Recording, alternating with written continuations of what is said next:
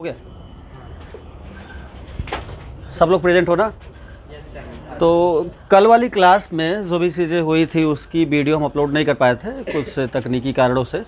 तो कल वाली क्लास में हम लोगों ने देखा था कि जो इलास्टिसिटी की यानी प्रत्यास्थता के जो व्यवहारिक उदाहरण हैं, व्यवहारिक उदाहरणों में हम लोगों ने एक दो एग्जांपल्स देखे थे।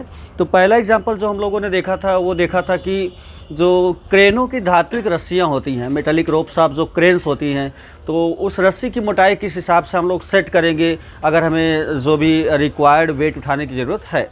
ठीक है, तो उसमें हम लोगों ने देखा था कि अगर हमारे पास 10 मीट्रिक टन का कोई लोड है तो उसे उठाने के लिए जो रस्सी की मोटाई होगी, या तो कहे कि रस्सी का जो अनुप्रस्थ काट का क्षेत्रफल होगा वो 1 सेंटीमीटर के आसपास होगा। ठीक है, तो इस तरीके से ये इस एग्जाम्पल को हम लोगों ने कम्प्लीटली कवर किया था। उसके बाद दूसरा चीज़ जो हम पढ़ रहे थे और आज भी हम लोग उस चीज़ को पढ़ेंगे, तो दूसरी जो चीज़ थी वो था कि बेंडिंग ऑफ बीम्स ना, या तो फिर पुलों का डिज़ाइन करते समय जो बीम्स बनाए जाते हैं तो बीम कैसे बनाए जाते हैं, क्या होती है इसके पीछे की प्रक्रिया, तो इन सारी चीज़ों को हम लोग आज डिस्कस करेंगे। ठीक है, तो कर लीजिएगा आप हेडिंग में। हेडिंग कर क्या करवाए थे? पुलों की डिजाइन। पुलों की डिज़ाइन। ठीक है, तो पुलों की डिज़ाइन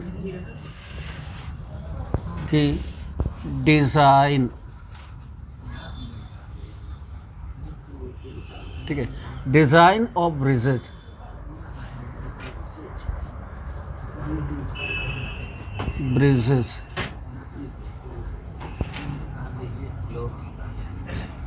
ठीक, पुलों की डिज़ाइन। तो इससे रिलेटेड जो भी चीज़ें थी और हम लोग डिस्कस कर चुके थे कि कितने प्रकार के जो पुल हैं वो बनाए जा सकते हैं ना, और 3 प्रकार के हम लोग डिस्कस किए थे कि अगर फ्लैट बनाते हैं तो उसका क्या फ़ायदा है, और इस तरीके से कॉनकेव बनाते हैं तो उसका क्या फ़ायदा है, और क्या कॉन्वेक्स भी बनाया जा सकता है। तो ये सारी चीज़ हम लोग पढ़े थे, उसके बेसिस पर हम लोगों ने देखा था कि इस प्रकार के डिज़ाइन किए हुए जो पुल होते हैं उनमें भार सहन करने की क्षमता अधिक होती है। और पुलों की डिज़ाइन करते समय उसके लिए जो रिक्वायर्ड चीज़ें होती हैं, जैसे कि 2-3 चीज़ों का ध्यान दिया जाता है।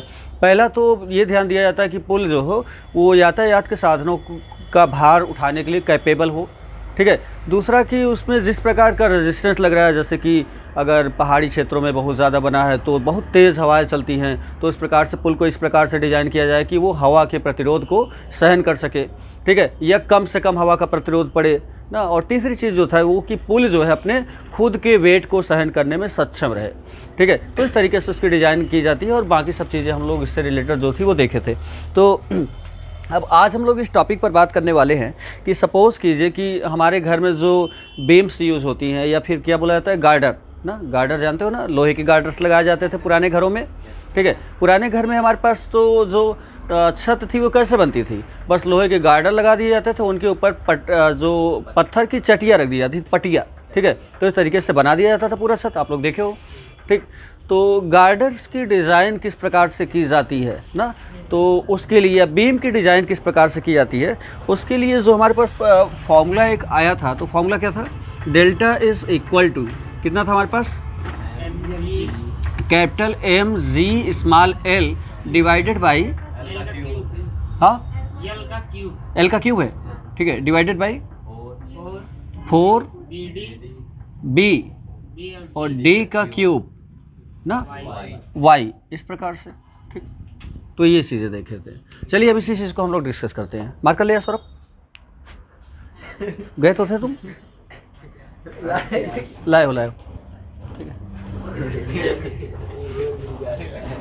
और डस्ट क्लीन करने वाला कपड़ा ले आओ। और तुम्हारा फिर कार्टून कैसे बनेगा? चल रहा है बिना डस्टर के? और उसमें टीचर कौन बन रहा है? चलो कोई बात नहीं। ठीक है, तो सपोज़ कीजिए कि ये एक बीम है ना, डिज़ाइन की गई इसकी इस प्रकार से। तो ध्यान दीजिए, बहुत अच्छे समझिएगा, बहुत अच्छे से समझ में भी आएगा। मैं कोशिश करूँगा कि अच्छे से ही समझ में आए। ठीक, तो स्टार्टिंग में हम लोग कंसिडर करते हैं कि ये हमारे पास एक बीम है।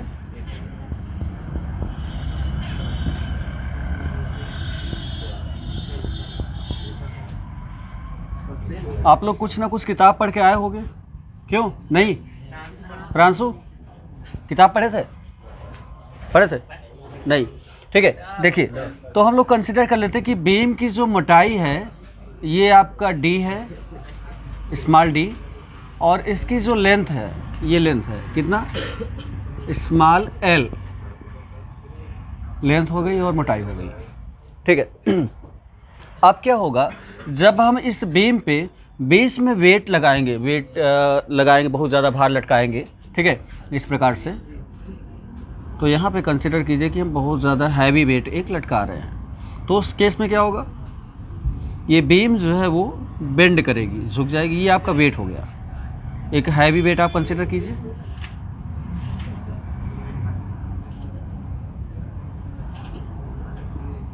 ना, ये क्या है आपका weight, W is equal to what, mg, ये हो गया, ठीक।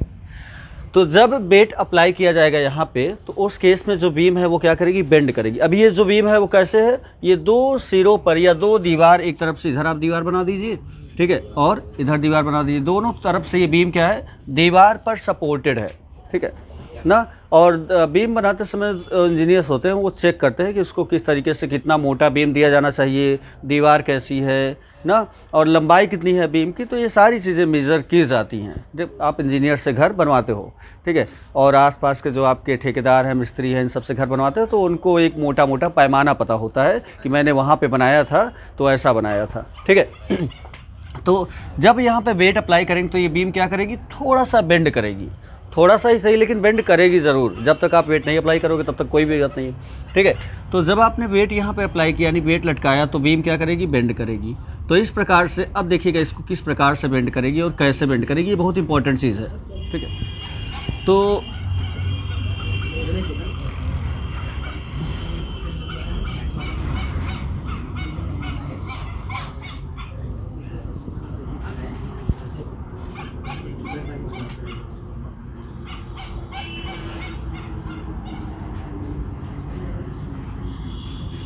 मोटाई में तो कोई फ़र्क नहीं पड़ा ना, ठीक है, मोटाई में कोई फ़र्क नहीं पड़ा। फिर इसमें फ़र्क किस में पड़ा, तो फ़र्क कहाँ पर पड़ा, कैसे पड़ा, उसको देखिएगा। तो स्टार्टिंग में एक और चीज़ हम लोग यहाँ पे डिस्कस कर लेते हैं, पहले इसको समझिएगा। तो अगर आप इसे सिरा, इसे आप कंसिडर कीजिए, ये ए बी हो गया आपका, ए बी, और ये आपका सी डी, ठीक है। तो ए बी और सी डी दो सिरे हैं, इनमें पूछा जाए कि क्या आपको ऐसा दिख रहा है कि कोई छोटा है कोई बड़ा है, ए बी की लंबाई ज़्यादा है कि सी डी की, सी डी की लंबाई साफ साफ दिख रहा है, ठीक है। क्यों, ऐसा क्यों हुआ, अभी तक तो दोनों, अगर आप इसे स्टार्टिंग कंसिडर करो, ये ए डैश हो गया और ये बी डैश हो गया, ठीक है, और ये सी डैश और ये डी डैश, तो प्रारंभ केस में क्या था, दोनों बराबर थे, ठीक है, यानी कि A B, A dash B dash जो है और बराबर है किसके, सी डैश डी डैश के स्टार्टिंग में। लेकिन अब आप बता रहे हो कि जो ए बी है, ए बी की साइज़ क्या है, छोटी हो गई है, और सच में ऐसा हुआ है, ठीक है। जब बीम पर वेट लटकाया गया, यहाँ पे वेट लटकाया, ठीक है, बिना वेट लटकाए मत बनाना, ठीक है। जब बीम पर वेट लटकाया गया तो बीम का एक सिरा जो था वो क्या हुआ, कंप्रेस हो गया।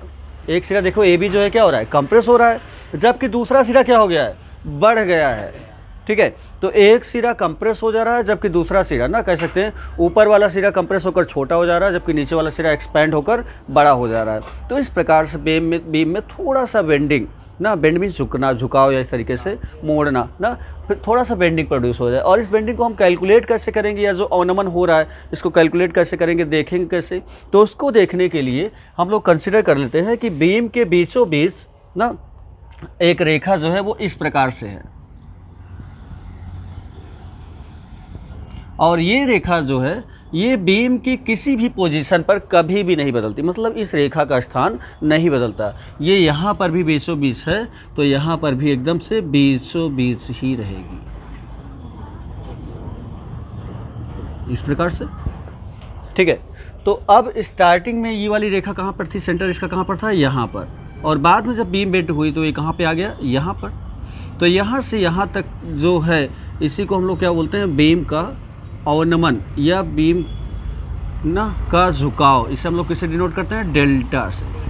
तो डेल्टा होता है आपका कहाँ से यहाँ तक की पोजीशन है, ये आप कंसिडर कर लो ओ है और ये ओ डैश, तो O dash is equal to delta, ये हो गया बीम का झुकाव ना। तो इसको आप डॉटेड ही रखिएगा कायदे से समझने के लिए दोनों में। यहाँ पर मैं बता रहा था इस प्रकार से। तो अब देखिएगा ना, अब जो चीज़ें आपको समझनी है,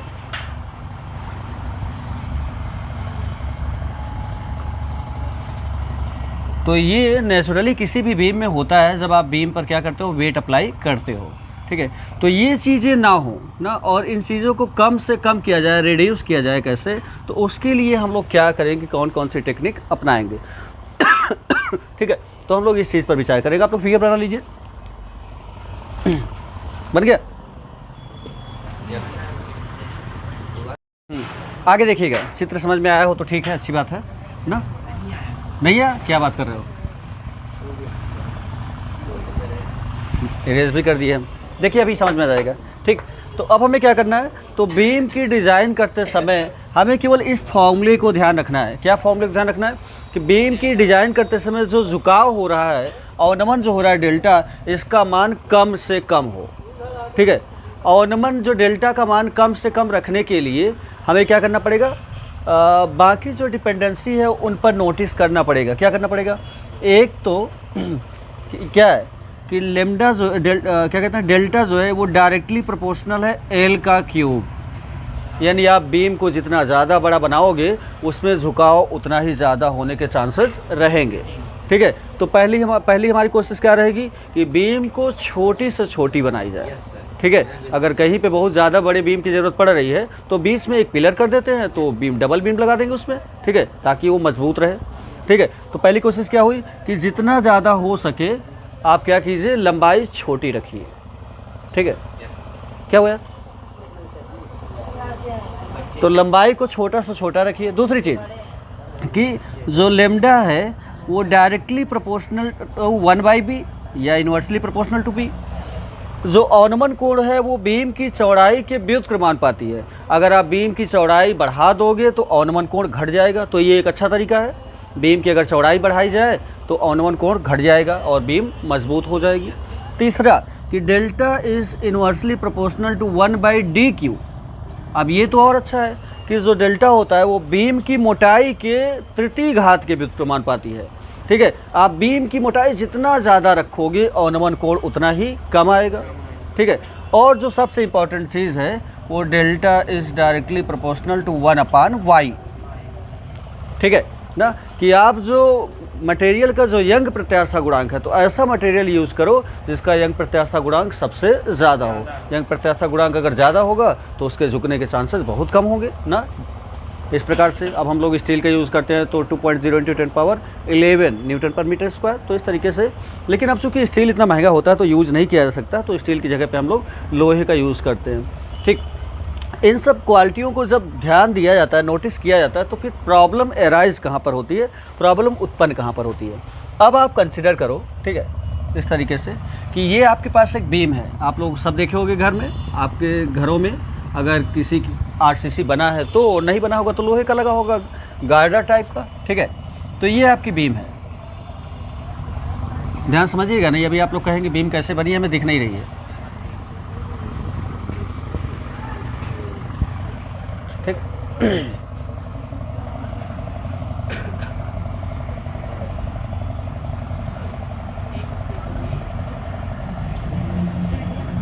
ये सीढ़ियाँ बन गई, वेरी गुड। सीढ़ियाँ पे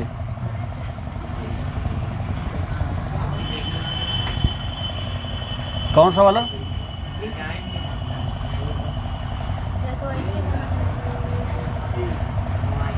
अभी समझना नहीं, बाद में कहोगे कि समझ में नहीं आया तो हम बताएंगे फिर। समझ रहे हो ना,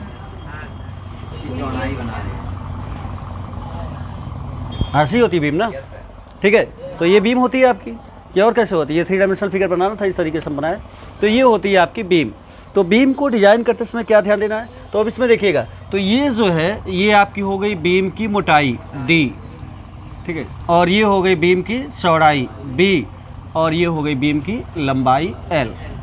तो सारी चीज़ें पता चल गई नहीं। अभी आप लोग कंफ्यूज थे कि l कहाँ दिखाएंगे, b कहाँ दिखाएंगे, d कहाँ दिखाएंगे, तो ये सारी चीज़ें बीम में आपको पता चल गई, ठीक है। अब इस बीम को जब हमें डिज़ाइन करना है तो इन सारे पैरामीटर्स का हमें ध्यान रखना है कि हम क्या करें, लंबाई कम से कम रखें, चौड़ाई बढ़ा सकते हैं और मोटाई और ज़्यादा बढ़ा सकते हैं। ठीक, अब इसको थोड़ा अच्छे से समझने की कोशिश करो। हम यहाँ पर बीम का जो क्रॉस सेक्शनल एरिया है इसको ले आते हैं। तो सपोज़ कीजिए कि आपका जो बीम का क्रॉस सेक्शनल एरिया है, अनुप्रस्थ काट का क्षेत्रफल है, वो इस प्रकार से है। ठीक, इस प्रकार से। तो ये आपका B है और ये आपका D है, सही है ना। तो B और D, B और D। अब हमारे पास क्या पॉसिबिलिटीज़ है? पॉसिबिलिटी है कि आप D भी जितना चाहो बढ़ा सकते हो और B भी जितना चाहो बढ़ा सकते हो। D बढ़ाने से आपका और फायदा है, B भले आप कम बढ़ाओ। क्यों? क्योंकि D के तृतीय घात के व्युत्क्रमानुपाती है। अगर थोड़ा सा भी आप मोटाई बढ़ा दोगे तो जो एरिया यानी कि बल्किंग एंगल है वो बहुत ज़्यादा कम हो जाएगा। ठीक है, तो लेकिन जब हम मोटाई बढ़ाएंगे ना, तो कैसे, सपोज़ कीजिए कि इस तरीके से हम इसकी मोटाई बढ़ा रहे हैं और इसकी मोटाई बढ़ाकर इतना कर दिए। ठीक है, इसको सपोज़ कीजिए कि मोटाई इसकी हम बढ़ाकर D का कितना कर दिए, इतना कर दिए।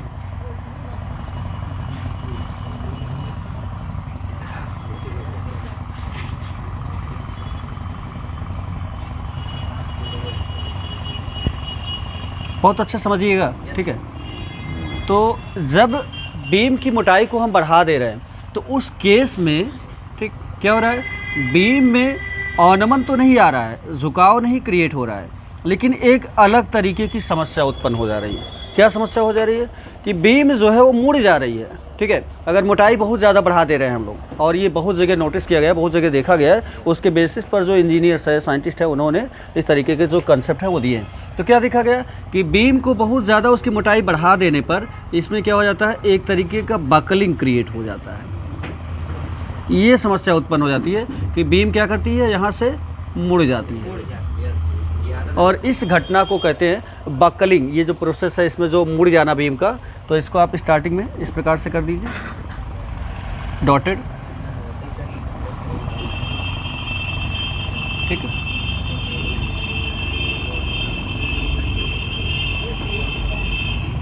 तो बीम का इस तरीके से मुड़ जाना क्या कहलाता है, बकलिंग ना। तो इसमें ये जो इस तरीके से मुड़ गया, अब क्या हो गया, तो एक नई समस्या उत्पन्न हो गई। मतलब कि जो हमें मिला था, यहाँ से चीज़ों को समझने की कोशिश कीजिएगा।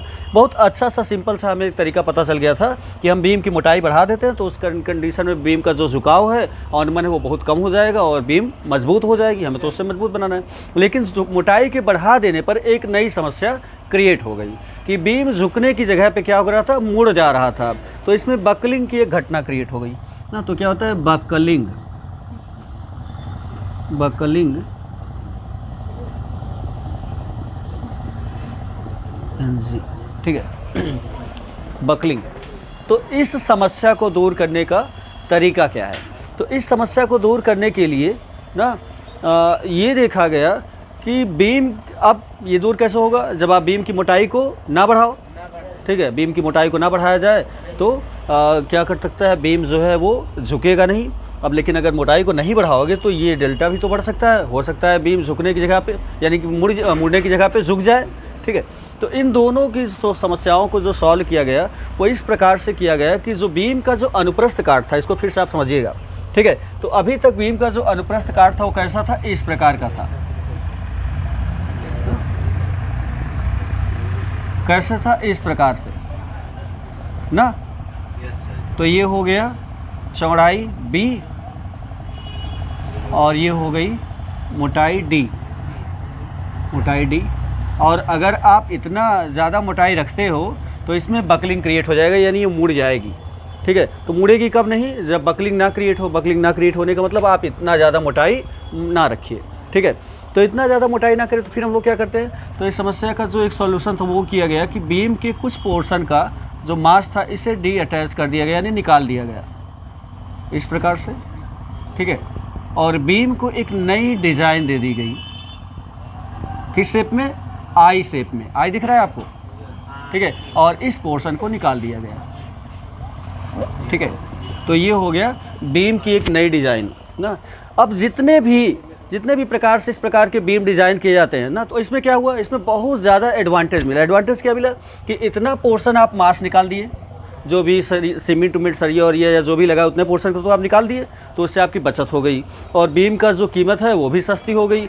और इसके अलावा जो सबसे ज़्यादा एडवांटेज इसका पुल डिज़ाइन होता है कि इसमें कम कास्ट के साथ साथ लेस स्पेसिंग की ज़रूरत रहती है, कम जगह में भी अच्छे से बनाया जा सकता है और उस जगह का अच्छे से यूज़ भी किया जाता है। ठीक है, तो ये किया गया। तो इसलिए जितने भी आपके पास गार्डर टाइप के आएंगे लोहा, जब आप खरीदने जाओगे गार्डर टाइप, या आप रेलवे की पटरी को देखो, ट्रैक को देखो, तो सब के सब जो होते हैं वो लगभग इस प्रकार से डिज़ाइन किए जाते हैं। उनका आगे वाला पोर्शन देखोगे तो आपको आई शेप में दिख रहा होगा, दिख रहे हो ना, क्रॉस सेक्शन। ठीक है, तो इसको थोड़ा सा और काटना चाहिए था, तब ये परफेक्ट आई शेप में हो जाता।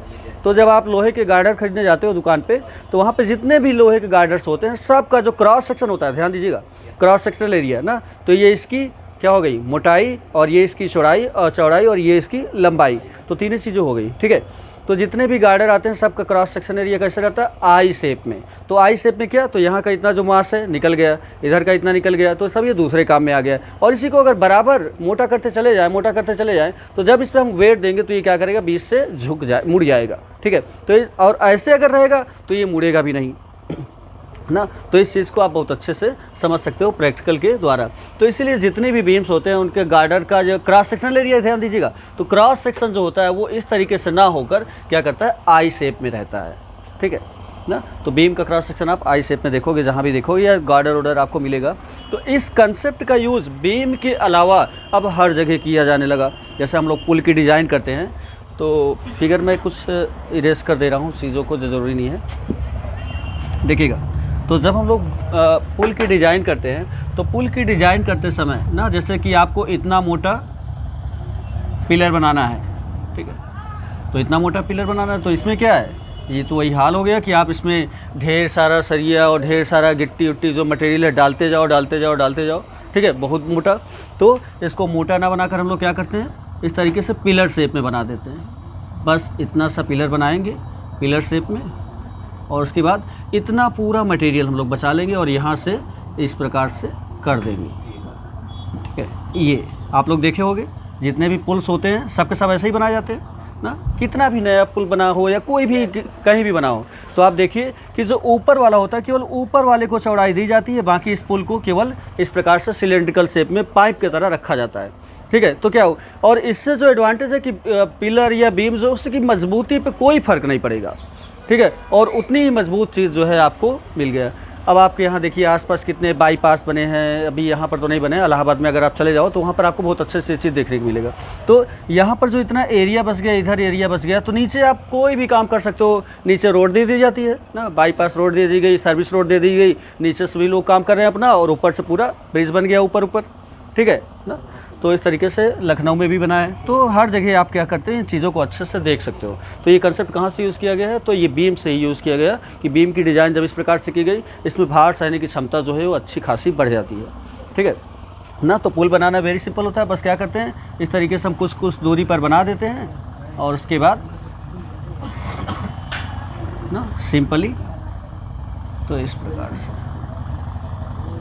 तो ना, और इसी को अगर एक सीधा अगर केवल पाइप जैसा हम पिलर बनाते हैं ना, एकदम एक पाइप जैसा पिलर, तो इस पिलर की जो भार सहने की क्षमता होगी इस पिलर की तुलना में वो काफ़ी कम होगी। ठीक है, और ये उतना भार नहीं सह पाएगा। तो इसमें और इसमें काफ़ी अच्छा कंपैरिजन हो जाता है एक तरीके से। ठीक है, तो अब आप पुराने ज़माने के जो घर बने होंगे राजाओं महाराजाओं के, वहाँ पे देखोगे तो सारे जो पिलर्स होते हैं वो ऐसे ही बनाए जाते हैं।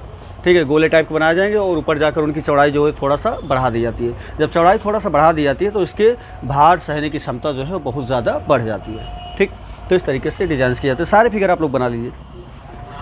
हाँ, नेक्स्ट टॉपिक हम लोग जो तीसरा यूज़ करेंगे, तो पृथ्वी तल पर स्थित किसी पहाड़ की अधिकतम ऊंचाई ज्ञात करना ना। पॉइंट थर्ड आप लोग हेडिंग कर लीजिएगा। पृथ्वी तल पर स्थित या पृथ्वी पर स्थित, तल पर ही स्थित होगी पहाड़, पृथ्वी तल पर स्थित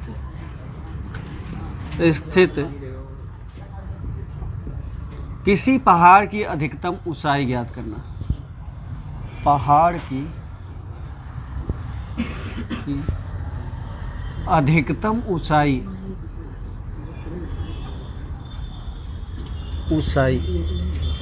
ठीक है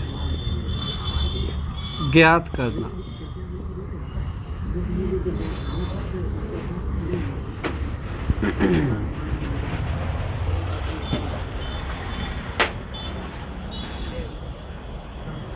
गया।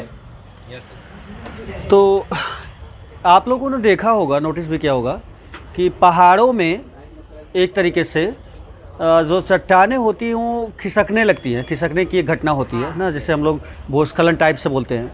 ठीक है, तो ये घटना जो है आपको पहाड़ी क्षेत्रों में ही देखने को मिलेगा, जहाँ पे पहाड़ें पाई जाती हैं।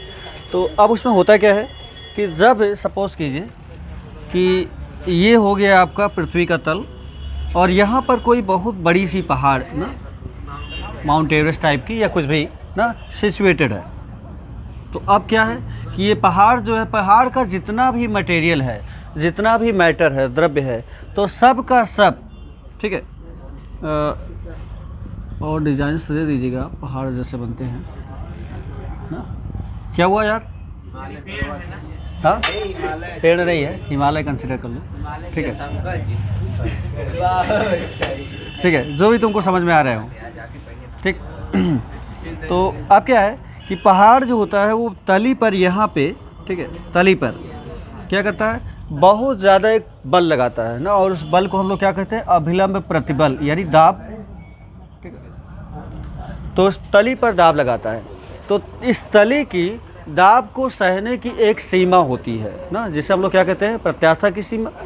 ठीक है, तो अगर जो पहाड़ के द्वारा लगाया गया दाब होगा, इस तली के द्वारा जो दाब सहने की सीमा है, ठीक है, जिसे हम लोग कहते हैं अपरूपक प्रतिबल, उससे ज़्यादा हो जाएगा तो पहाड़ क्या करेगी, यहाँ से खिसकने लगेगी। ठीक है ना, इसीलिए पहाड़ की प्रत्यास्था की जो सीमा है ना, पहाड़ के पदार्थ की प्रत्यास्था की सीमा के पदार्थ की, ये चल नहीं रहा है, हाँ, पहाड़ के पदार्थ, बात नहीं, कि प्रत्यास्था की जो सीमा होगी, प्रत्यास्थता की सीमा, ये क्या होनी चाहिए? Yes sir. ठीक है, ये हर कंडीशन में क्या होनी चाहिए, ज़्यादा होनी चाहिए ना। तल के प्रत्यास्था की सीमा, सॉरी, ये तल है ना, तो तल जो है इसके प्रत्यास्था की सीमा, तल के प्रत्यास्था की सीमा, ठीक है, तो तल के प्रत्यास्था की सीमा हर केस में ज़्यादा होनी चाहिए। किससे ज़्यादा होनी चाहिए? ठीक है, पहाड़ के पदार्थ द्वारा लगाया गया, द्वारा लगाए गए अपरूपण प्रतिबल से, अपरूपण प्रतिबल से। और ये अपरूपण प्रतिबल कैसे लगाया जाएगा? पहाड़ द्वारा जो दाब क्रिएट किया जा रहा है, जो भार बनाया जा रहा है, उसके द्वारा। ठीक है, तो अब अगर ये अपरूपण प्रतिबल क्या होगा, तो प्रतिबल भी एक प्रकार का बल है ना, तो बल, और यहाँ पर जो दाब लगेगा, मतलब बल लगेगा, उसके इस केस में लगेगा अभिलंबवत बल लगेगा, तो इसे हम लोग दाब बोलेंगे। ठीक है, तो पृथ्वी तल पर स्थित किसी जगह पर जो किसी पर्वत के द्वारा, पहाड़ के द्वारा जो दाब अप्लाई किया जाता है, होता है आपका एच रो जी। ठीक है, एच रो जी तो मस्ट बी लेस देन तल की प्रत्यास्था की सीमा। तो तल के प्रत्यास्था की सीमा क्या है, कल हम लोग पढ़े थे, तो 3.0 × 10⁸ न्यूटन पर मीटर स्क्वायर। तो ये प्रत्यास्था की सीमा हम लोग क्रेन की रस्सी के केस में भी यूज़ किए थे और यहाँ पर भी यूज़ करेंगे। तो ये आपका हो जाता है 3.0 × 10⁸। और हमें क्या करना है, हमें हाइट फाइंड करनी है कि पहाड़ की अधिकतम ऊंचाई जो है वो कितनी हो सकती है। ठीक है, जबकि प्रत्यास्था की सीमा कितनी हो, 3.0 × 10⁸। ये जो प्रत्यास्था की सीमा है, यही आपका अपरूपक प्रतिबल होता है। अगर जो दाब है इससे ज़्यादा हो गया किसी केस में, तो पहाड़ यहाँ से खिसकने लगेगी, क्योंकि तल की जो दाब सहने की सीमा थी वो इतनी ही है, वो अधिकतम इतना दाब सह सकता है। इससे ज़्यादा अगर दाब आ गया तो तल क्या करेगा, यहाँ से पहाड़ जो है खिसकने लगेगी। ठीक है, और पहाड़ें जो अपने जगह से, विभिन्न जगहों से यहाँ से खिसकती रहती हैं, तो उसका कारण भी होता है कि इनमें जो प्लेट्स हैं, तो प्लेटों में जो हलचल होती है, तो उसके कारण ना किस तरीके से ये होता है। तो क्या हो गया आपका, तो एस रोजी इज़ लेस देन 3.0 इंटू 10⁸ तो हमें एच कैलकुलेट करना है। तो H must be less then 3.0 into 10 less than है, लेस देन और इक्वल टू, ठीक है। वैसे इसमें लेस देन रहता है, इसमें इक्वल टू नहीं रहता, ठीक है। तो less than 3.0 into 10⁸ divided by कितना हो गया, रो इंटू जी, तो रो इंटू जी। तो पहाड़ का जो भी मटेरियल होता है ना, पत्थर लाइक, तो पत्थर का जो घनत्व होता है 3.0 इंटू 10⁻³ किलोग्राम पर मीटर क्यूब होता है। तो जब हम लोग यहाँ पे पुट करेंगे तो एस इधर आ रहा है, इसमें नीचे आ रहा है, नहीं आ रहा ना, ठीक है। तो इधर हम कर दे रहे हैं।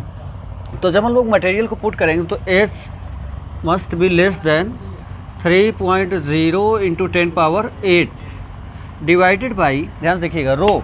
तो रो क्या है, घनत्व, किसका घनत्व है, पहाड़ के पदार्थ का, यानी द्रव्य का। कितना होता है 3.0 इंटू 10⁻³ किलोग्राम पर मीटर क्यूब मल्टीप्लाइड बाई जी की वैल्यू अगर आप 10 पुट करते हो तो S must be less then कितना, 3 से 3 कैंसिल आउट, ठीक है। तो 10⁸ डिवाइडेड बाई 10 कितना हो गया 4, और एच है जो भी आएगा मीटर में आएगा। तो H must be less than 10⁴ metre, 10⁴ metre का मतलब, तो H must be equal to, ठीक है, 10 इंटू 10⁻³ मीटर, और 10⁻³ मीटर को क्या कहते हैं, किलोमीटर, ठीक है। तो यहाँ पर एच की वैल्यू कितना आ गई, लेस देन 10 किलोमीटर। तो पृथ्वी तल पर स्थित किसी भी पहाड़ की अधिकतम ऊंचाई 10 किलोमीटर हो सकती है, 10 किलोमीटर से ज़्यादा ऊंचाई नहीं हो सकती। और माउंट एवरेस्ट की ऊंचाई कितनी है, 8848 मीटर, ठीक है, 8848 मीटर, मतलब 8.8 किलोमीटर, 9 किलोमीटर से भी कम है ना। जबकि कितना ऊंचाई तक पहाड़ हो सकती है पृथ्वी पर, 10 किलोमीटर तक। और जबकि माउंट एवरेस्ट पूरे विश्व की सबसे ऊंची चोटी है, और माउंट एवरेस्ट से ऊंची चोटी दूसरी कोई है भी नहीं। नहीं, माउंट एवरेस्ट भी अपने यहाँ नहीं है, इंडिया में। माउंट एवरेस्ट नेपाल में है। भारत की जो सबसे ऊंची चोटी है वो K2 है, ठीक है। और K2 की जो ऊंचाई है कितनी है, 8611 मीटर, ठीक है। आप लोग गूगल कर लीजिएगा तो K2 की आई, हाँ, ये दूसरे नंबर पर है ना। विश्व की सबसे ऊंची चोटी माउंट एवरेस्ट है जो कि नेपाल में है, ठीक है। और K2 हमारे इंडिया में है जो कि 8611 मीटर है, ठीक है। नोट कर लीजिए। हाँ, सबसे पहाड़ भी, हाँ, नहीं बनाना है, ठीक है। थोड़ा सा लिख लो, हाँ लिखो, हम बोल रहे हैं, लिखो। पृथ्वी तल पर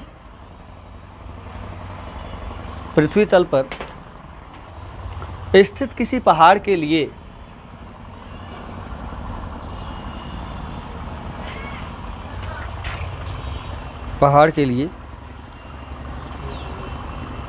तल के प्रत्यास्था की सीमा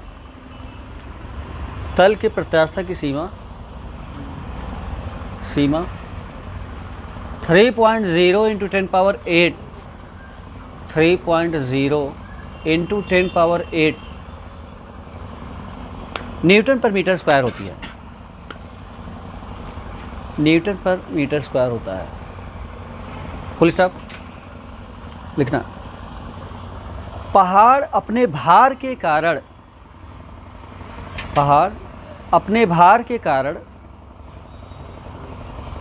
तल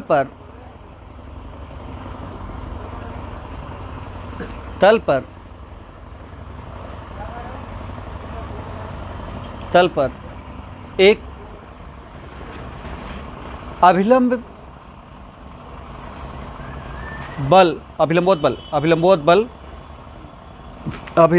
बल ब्रैकेट में लिख देना, दाब आरोपित करता है।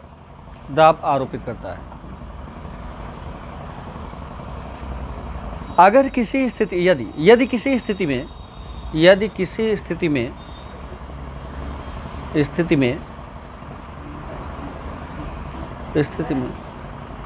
इस दाब का मान,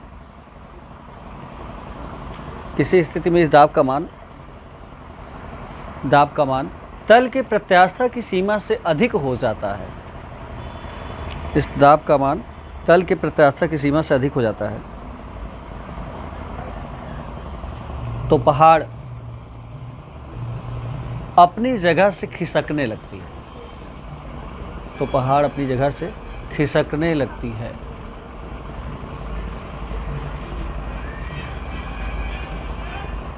ठीक है,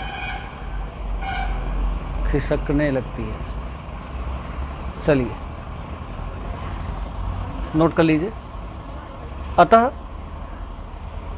पहाड़ के ना खिसकने के लिए, पहाड़ के ना खिसकने के लिए, ये यहाँ से नोट कर लीजिए, पहाड़ के पदार्थ द्वारा लगाए गए अपरूपण प्रतिबल का मान लेस देन तल के प्रत्यास्था की सीमा। यहाँ से ये पूरा नोट कर लीजिए। ठीक है।